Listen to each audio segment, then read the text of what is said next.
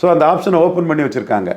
அதிமுக ஆப்ஷனை ஓப்பன் பண்ணி வச்சுக்கிட்டு திமுகவோட போகிறதான் அவங்க விரும்புகிறாங்க. வெறும் ராஜ்யசபா வச்சு மைனாரிட்டி கவர்மெண்ட் வரக்கூடிய 240ன்னு சிங்கிள் பார்ட்டிக்கு கவர்மெண்ட் இல்லாத காலகட்டத்தில் ராஜ்யசபா வச்சு என்ன பண்ண? லோக்சபா வேணும். அப்போ உங்களுக்கு 26ல் ஒரு வெற்றி வேணும். அதை தொடர்ந்து 29லேயும் மக்களவை வந்தால் தான் விஜய பிரபாகரன் மத்திய அமைச்சராக முடியும்.